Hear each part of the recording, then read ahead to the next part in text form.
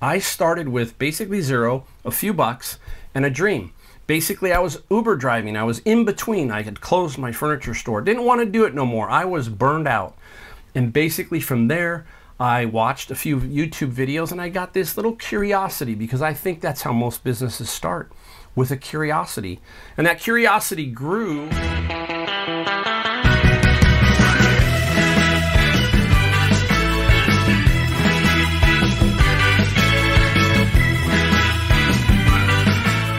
Hey everybody, Mike, the Golden State Picker. I'm sitting here in a different spot than normal. Most of you who have watched my channel always see me inside the garage, behind me with all of my toilet papers, the mops, the brooms, you name it. It's in there. All my warts are in there, basically. Today I thought, hey, we gotta do something different with this video. This video is an important one for me because I feel that it's going to give you some inspiration to either start reselling or to take your reselling to another level. I'm hoping that that gets across to you. So I thought, what better day than 4th of July? Today is the 4th of July. You'll see some stuff here. I'll talk about it in a second, but it's the birth of our nation. And nowhere on this earth can you do what we do with the freedoms that we have than basically the United States of America. And I don't mean any disrespect to any other countries, but this is still the place where everybody wants to come, from musicians to entrepreneurs. They want to make it here, right? And we have some very unique opportunities ourselves to make whatever we want out of our life. It just depends on your willingness, basically, on what you want to do and how much you want to put into it. You will get out of it, basically. That's what I'm saying. So we're going to break down my, not completely break down my numbers, but I'm going to show you my 4-year numbers, because I think you got to get the gist of where I started, where I am, where I'm going, so that you can understand yourself, hey, can I do something like this, okay? We want to inspire you. We want to give you something to say, hey, if Mike can do it, you know, anyone can do it. So that's what this video hopefully will do for you. And we'll talk reselling. We'll talk a couple of things that I feel are important for us to basically do to help us along that way, help our journey out, right? So let's take a look around real quick, because if you're new, you need to know a little bit about me. I am from San Jose, California, born and raised here. That is Silicon Valley. So there's a lot of riches here. There is a lot of basically money, a lot of opportunity to thrift, okay? So we don't want to sit there and sell you snake oil or anything like that. This is a different area. I do find some pretty cool stuff, so keep that in mind. I'm not here to tell you that you can do these numbers everywhere, but I'm also not here not to tell you that you can't do these numbers, okay? It all depends on how you can put your whole business together, all right? First off, my flag, we the people, America, all that kind of stuff. I make these flags. I used to own a furniture store, and I had hobby business, and this is something that I like to make. If you've watched Kevin the Commonwealth Picker, look up top on his thing. You're going to see a flag, and it's got his logo. That is one I made for Kevin probably a couple years ago. Gave it to him as a Christmas gift, okay? Been to see Kevin a couple of times, so obviously Kevin has a special place with me. We both basically started out at the same time. So that is my flag, we the people. Little surfboard with the Golden State Picker logo. I love the beach here. I've got, you know, I'm spoiled, folks. I'm going to tell you that right now. When it comes to the weather and nature, California pretty much has a lot of that. Volkswagen bus. I, as a kid, had a Volkswagen bus. The Grateful Dead. I love music, so the Grateful Dead cookie jar. Really cool. I just found myself a Jerry Garcia gun doll. You'll see that in a video coming up. And then there's my slogan, don't buy just to buy. So it all kind of ties in, hopefully. And hopefully we can do a few videos here and there from here. Some ones that we just talk about stuff. That's what I hope. That's what I hope. Basically, today's video, we're going to ask, are you willing to do what it takes to make it as a reseller? Are you willing to go the extra mile to fulfill your dreams of a worry-free retirement or a worry-free life in general? Things are tough out there, guys, right now. And a lot of inflation, you hear that, right? We've all felt it. We know the price of food, the price of gas, just going on vacation, hotel rooms, all of that stuff has really just gone off the charts, and people are struggling. And I'm thinking, what a better way to basically help yourself out than reselling. You can sell stuff from your home, and you can start on a really small budget, right? So reselling is great for that. So that's what I'm trying to get here, get you to feel here, is that if you're new and you're going, man, I just need to supplement my income, or I'm retired, I need to supplement my income, or even if you want to take it to the next level, you can look at my numbers, you can look at my journey and say, if Mike can do it, then anyone can do it. So in this video, we're going to talk about my journey and how anyone can start a reselling business and become successful and change their lives. Be it for extra income, supplementing your retirement, or eventually turning it into a full-time business. I'm going to talk about how I have grown my reselling business to over $1 million in gross sales in 4 years' time. I'm going to give you a quick look at my growth over the last 4 years to help you understand where I started and where I am currently. My numbers are not normal. We've talked about that, so please be aware of that. We aren't here to sell you something, okay? Your situation, the area you live in, and other factors play a big role in how you will do. But that being said, you can make a nice living if you have the willingness to work hard and make it happen, okay? That's the key. You see these videos and you see us find great stuff, sell great stuff, and it seems like it's 20-minute segment, right? Or 30-minute segment, whatever it is. And you're looking at this, you're going, wow, this looks easy. Well, it's really not, guys. It's very difficult. I can tell you that I work more now than when I did when I was in the furniture industry. But I will also tell you I've never had more fun in my life doing this. I have met some of the most amazing people. I have garnered more friends through my networking of pickers and so forth than I had ever in my furniture business. My furniture business seemed to be more cookie cutter. Now I've got such a variety of people who have helped me in my journey.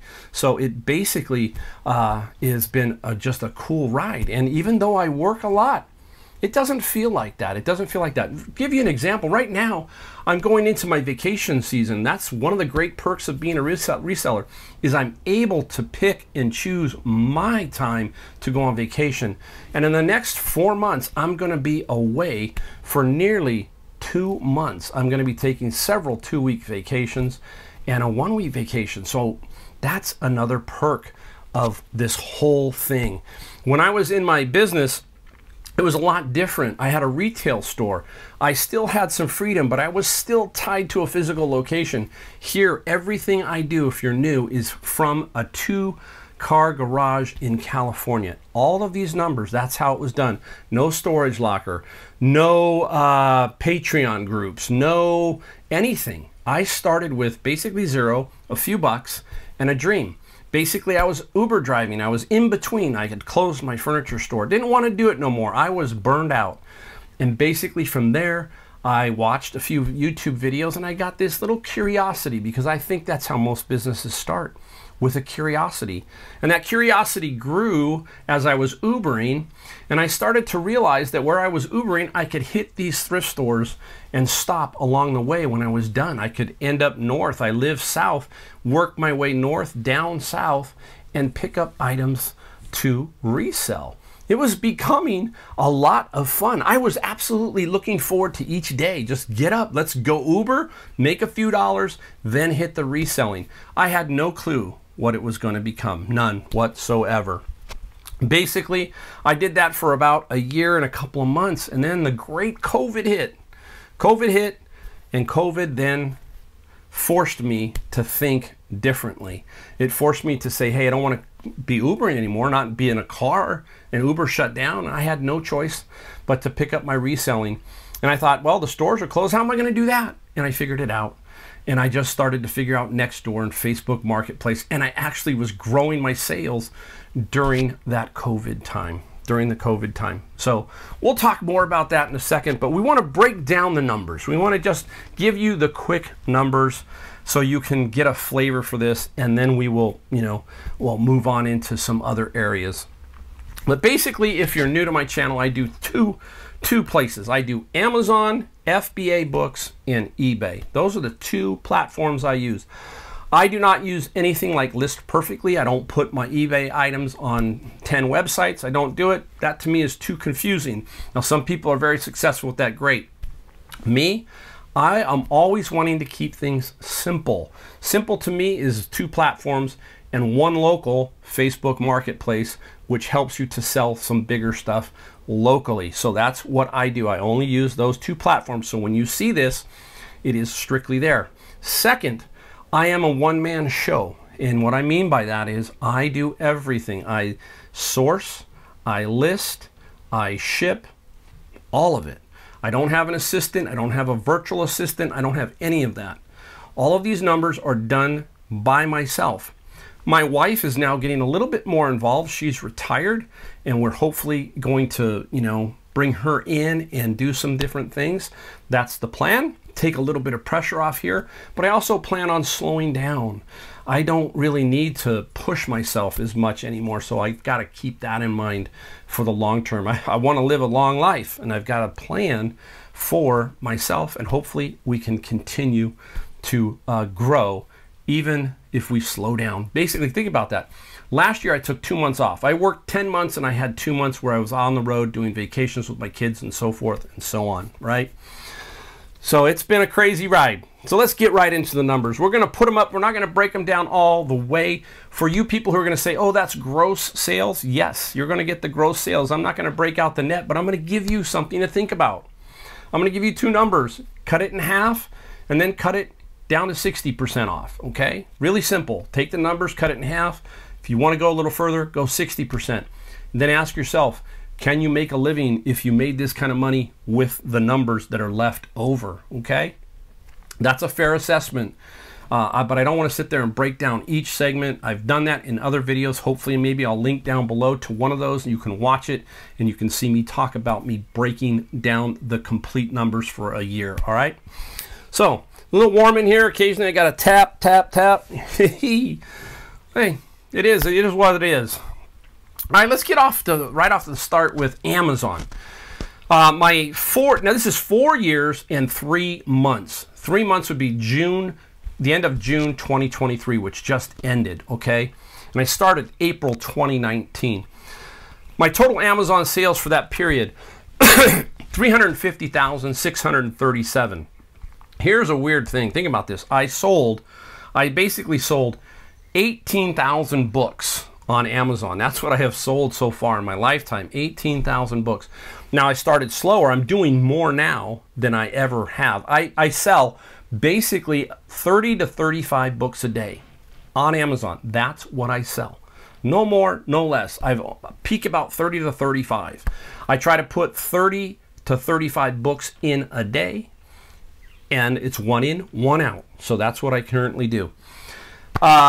Basically, if I give you my first year, I'll give you my first year of Amazon to show you how crazy it's gotten. First year, I did $11,784 of gross sales. That was basically a period where I just started to learn it, basically. Second year was $23,665, okay? Doubled the sales, basically, there. The third year was $93,359, okay? Now we're talking almost 4 times the numbers, getting pretty close to 4 times the number.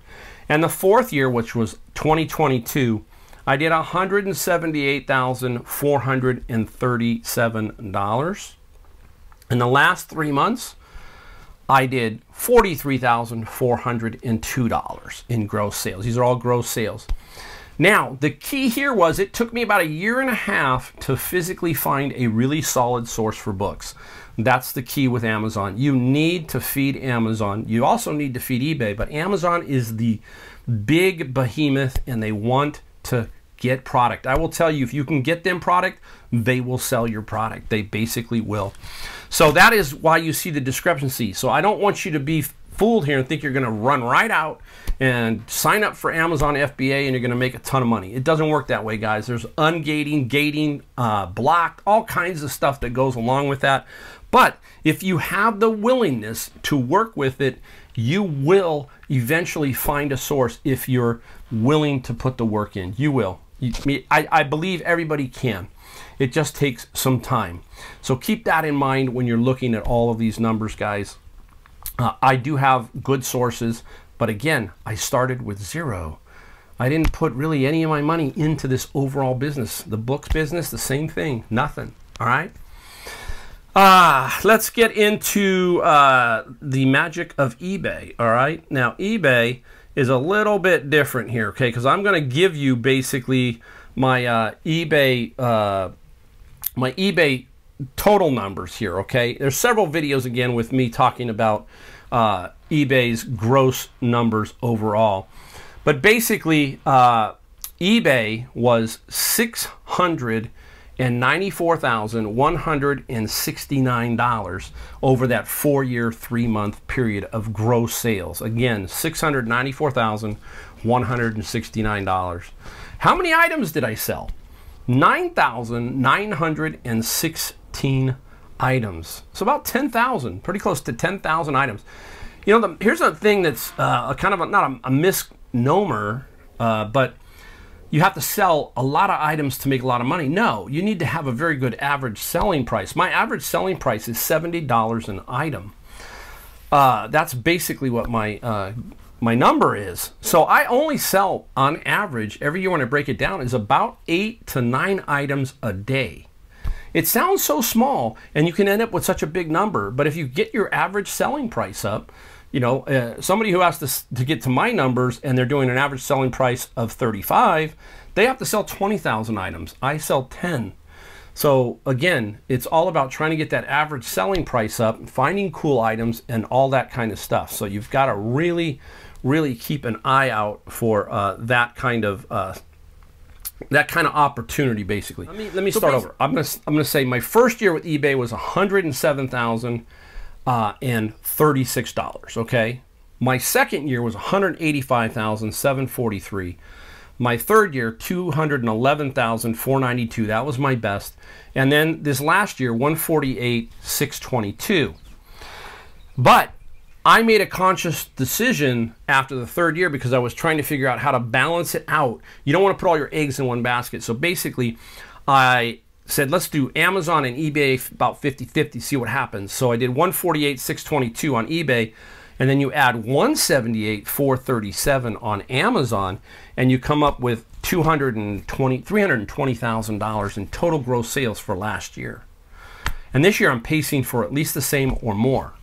So you can see, you know, if I had several venues, it could be crazy. So I'm just breaking myself down into two basic little areas. So that is my numbers, okay? And remember, I'm out of California, so we got to be very, very careful with that, right? And people say, well, Mike, what is it, your secret? You know, is there a secret? No, there's no real secret, guys, in reselling. I don't mean to I'm going to dab my brow here a little bit. It's definitely a little warm in here today. I basically want you to understand that you can do this without all kinds of things. You know, we sit at our computer sometimes and we overanalyze every single thing we see. You know, you'll watch a video 10 times. I want to get to this point. I need this. I need a little bit more information here, there. You overanalyze that. There's no secret. There's no, look, I didn't belong to a Patreon group. I didn't have a subscription to a newsletter. And I'm not knocking people who have these. I'm not. But sometimes the best thing for you is to figure things out yourself. And that means you go out and dig it out of the dirt, or you go out and you just dig it out of the store. You figure out, you use your life experience to figure out ways to find and sell items. Trust me, when I first started out, man, I spent too much time in the glass aisle of all things. I don't know why I gravitated there, but I was stuck in the glass aisle for a little bit. Finally realizing that, Mike, this is not you. I am electronics. I am everything else, sports, everything else. I'm not in this glass and all that other stuff. So I turned my focus. I learned, I said, hey, can't do this. Let's go into another area and see what we can come up with. And it started to, my life experience, I'm 61 years old. So my life experience helped me understand what to buy and what to sell. That's about all I can tell you. So if you're younger, you don't have nearly the experience we do with the stuff that's 30, 40 years old. I find some stuff that people shake their heads at and say, wow, why did you pick that up? Well, I knew it was cool, and I knew there was someone out there that basically needed that, right? So basically, you need to have an enthusiasm to sustain yourself long term. Otherwise, you will lose interest and start to give up. And what I mean by that is we all start out a new job with enthusiasm. And if that job doesn't fulfill you, pretty soon that enthusiasm wanes and you get stuck in a rut and you're not as efficient. There's just certain things that happen to you, and it's tough. It can happen to you in every area of your life, right? If your enthusiasm tends to wane. What a better place to do this than in reselling. Reselling every day is something different. Your mind wants that every day. It's like, wow, this is cool. You see me get stuff from the bins and I go, whoa, that is super cool. Or I find something and it's like excitement. Like I just found a Jerry Garcia gun doll. You'll see it in a video soon. And that's the enthusiasm. So that's the thing that motivates us to keep going, to get up the next day and say, hey, today's the day. And it might not happen, but guess what? The next day is going to be the day. And trust me, it works. It definitely works. So basically every day is different. That's what's great about being reselling. We find the coolest stuff to sell, and yeah, even keep ourselves, right guys? We even keep it ourselves.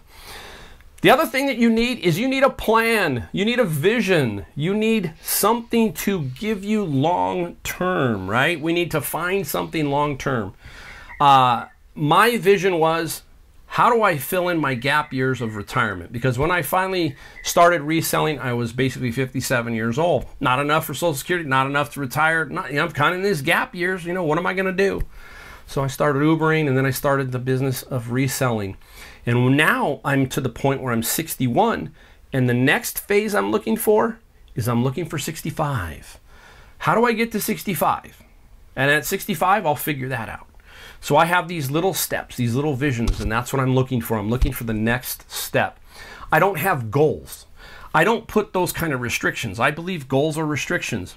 And they can, sometimes you get to a goal and you stop. How many times have you how many times have we tried to lose 20 pounds? You lose 20 pounds, you go, I did it, 20 pounds. I'm done, let's go start eating. That's a goal. We need to change the habits. We need to change ourselves to basically become better overall with our habits, right? That is what we need to do. Now, if you're new, this is a part where I give away a book. Anybody else who knows me, it's time. Here it goes. The book that changed me right here.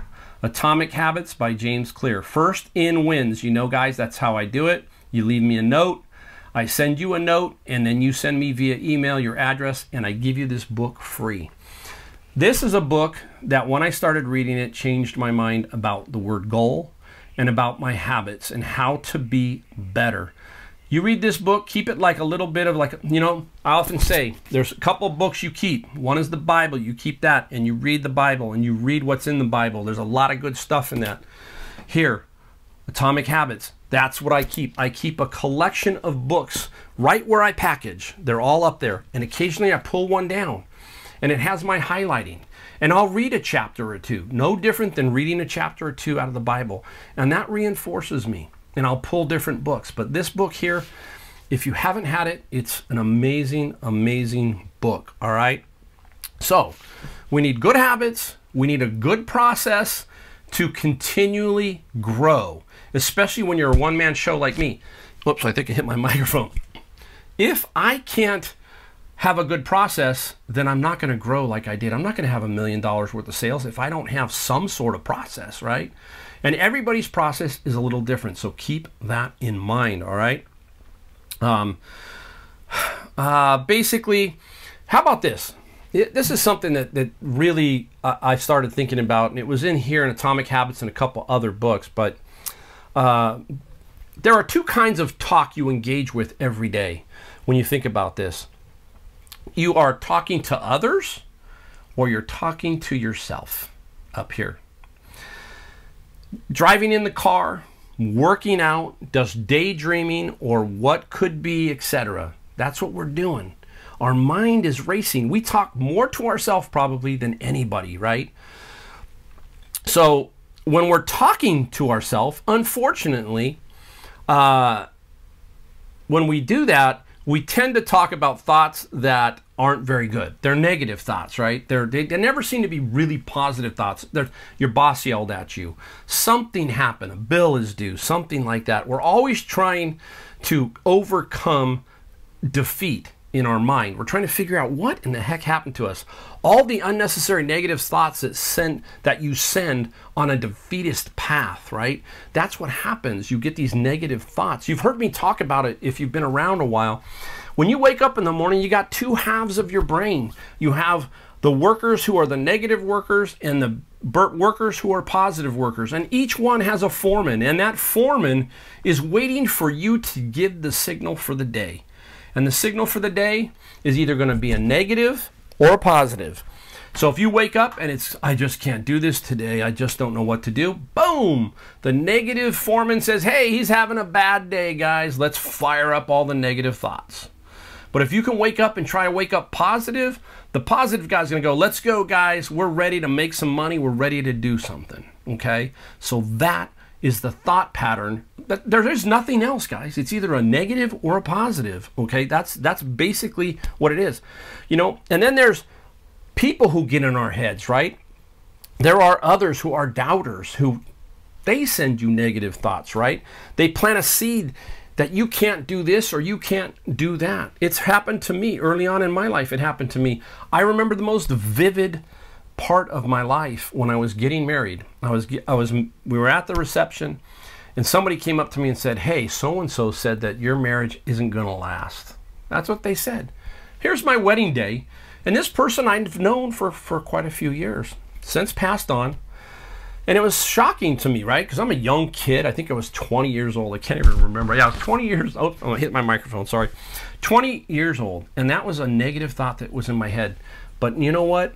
I was already prepared for that negative thought because I had been through a lot as a teen. My mom, nothing against my mom, she had been married 4 times.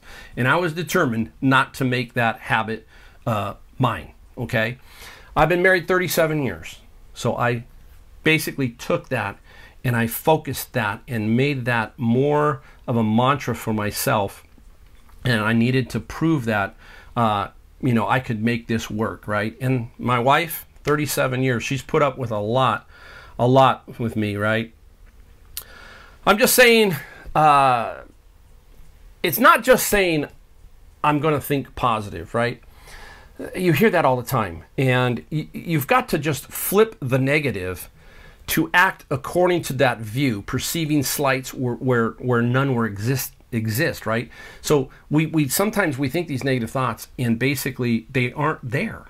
But your mind is working, you know? So we've got to take that negative and we just got to kind of turn it to a positive and make it work that way for us, right? You know, I am 61 and I have been through every major turmoil in my life. And but at the time it was a rough ride, right? And I thought, how will I make it through this, right? How will I make it through this? I mean, I've been through many. If you own a business, you know what I'm talking about. And basically, I look back on it, I'm 61 and I'm here. And I'm thinking, well, I'm here. Think about all that worry that I had, all that worry. I got through it. I mean, I did. I got through it. I'm 61, okay? And now I'm in a better position. So it's kind of interesting how that all seems to transpire in your mind. So we've got to clear our mind and we've got to get our mind to where it is in a more positive sense, okay, overall. And we've got to channel and we've got to stay away from bad people, people who are going to take you down. That's one of the most important things. You have to surround yourself with people, a network of good people. You put a good person with a millionaire, he's got a chance to be a millionaire. You put a good person with a bunch of alcoholics and drug addicts and all that kind of stuff, and there's a good chance he's going to be an alcoholic or a drug addict. That's pretty simple. There you go, black and white, right? All right, the other thing, this is it. This is almost, we're almost done. This is the one word, willing, okay? In other words, willingness is a state in which we can engage with life and see a situation from a new perspective. It starts and ends with you. No one can make you willing, and you cannot move forward until you are willing to make the next move. Basically, stop blaming luck. Stop blaming other people. Stop pointing to outside influences or circumstances. Basically, it is you. You need to figure out you. You need to be willing to take the next step. Be it starting, be it moving to the next level and reselling, quitting your job, whatever it is, you have to be willing. Ask yourself, are you willing? Are you willing to sacrifice what it will take to make your retirement dream a reality? Are you willing to do what it takes to leave that job you hate? In short, are you willing to stop living the life you have and start living the life you are after? Wow, that's pretty good right there, right there. At times, there is no greater motivation to change than the unwillingness to do this any longer. Whatever this is, the bad job, the hanging around the wrong people, etc., right? You know, I'm unwilling to take this job anymore. This job is driving me crazy. I'm unwilling. I'm unwilling to do anything. You know, you start to get these thoughts and the unwillingness, basically. When we understand that we are what we are genuinely willing to do, we take back control over the subconscious thoughts and feelings that previously directed our behavior away from where we truly want to go. How far you want to go and along your journey, you will make the adjustments to your visions. So starting is the first step. Be willing to get going. Every journey has its bumps in the road. You hear it, fork here, fork there. You're going to have to make these adjustments as you go along. Your plan isn't going to work out, but you're going to just learn as you go along. Once you frame the obstacles in your life as a matter of willing and unwilling, instead of weighing yourself down with negative opinions of yourself and your circumstances, you can break through the self-imposed barriers that are truly holding you back. You realize that when you're willing to do what it takes, nothing else matters. So many people are unwilling to work the extra hours it takes to make the difference in their life. Ask yourself this. Just ask yourself this constantly. Am I willing? Over and over until you can hear it first thing in the morning and the last thing at night. While you're driving, while you're daydreaming, build that willingness.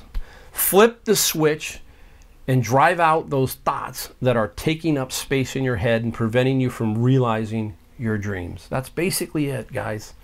I mean, I got other things. There's some technical things about Amazon and eBay. But when it all is put together, basically, it's a willingness. Are you willing to figure it out? Are you willing to work the extra hours? Are you willing to put 20 more hours in? If you work 40 now, are you willing to put another 20 in and still work the 40 to figure out the 5, 10, 15 years down the road? That is absolutely the key. You're going to have to be willing, and they're going to have to take some shots. You're going to have to take some rough bumps.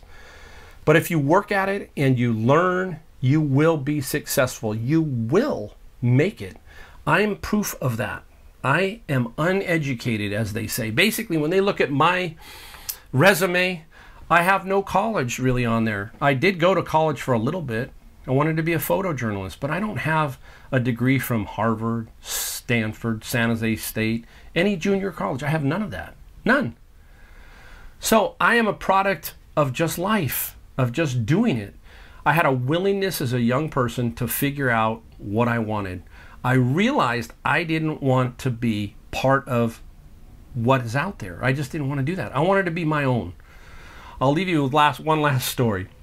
Really quick, when I first got married, I was a young Christian, and we went to counseling for the pastor. And the pastor said, "Mike, what do you want to do?" And I said, "I want to own my own business. And by the time I'm basically 50 years old, I want to be retired." He looked at me. He looked at me like, okay, that's pretty ambitious, right? Little did I know that basically that's what happened to me. Maybe I was about 5, 6 years late, okay? But I am basically, for me, I consider it being retired. I consider this reselling a heck of a lot of fun. I wouldn't change anything. I'm having too much fun. Way too much fun. People, it's not a job for me. It's just cool to go out and find stuff. And then there are people who buy my stuff. It's absolutely amazing to me. So that was another motivation. You know, it wasn't my pastor's inquisitive mind that was like, whoa, I've heard this before, you know. I had that willingness, okay? You too can have that willingness. You just got to figure it out. So that's it. That's the video. Hopefully the sound's okay. Hopefully everything else in here is cool. If you have never subscribed to my channel, please subscribe. Hit the subscribe, the like, the notification. Go back, look at some of my videos. Look at some of my earlier videos. That's something else some of you guys should do. Go back and look at the first video. I think I have 450 videos up. And look how bad I am. Look at that. But I have grown since. That's the key, is I have grown since. I really appreciate every one of you. Leave a comment down below if you want a question answered, anything. And hey, check back. I'll see you in my next video, and thanks again for watching, guys.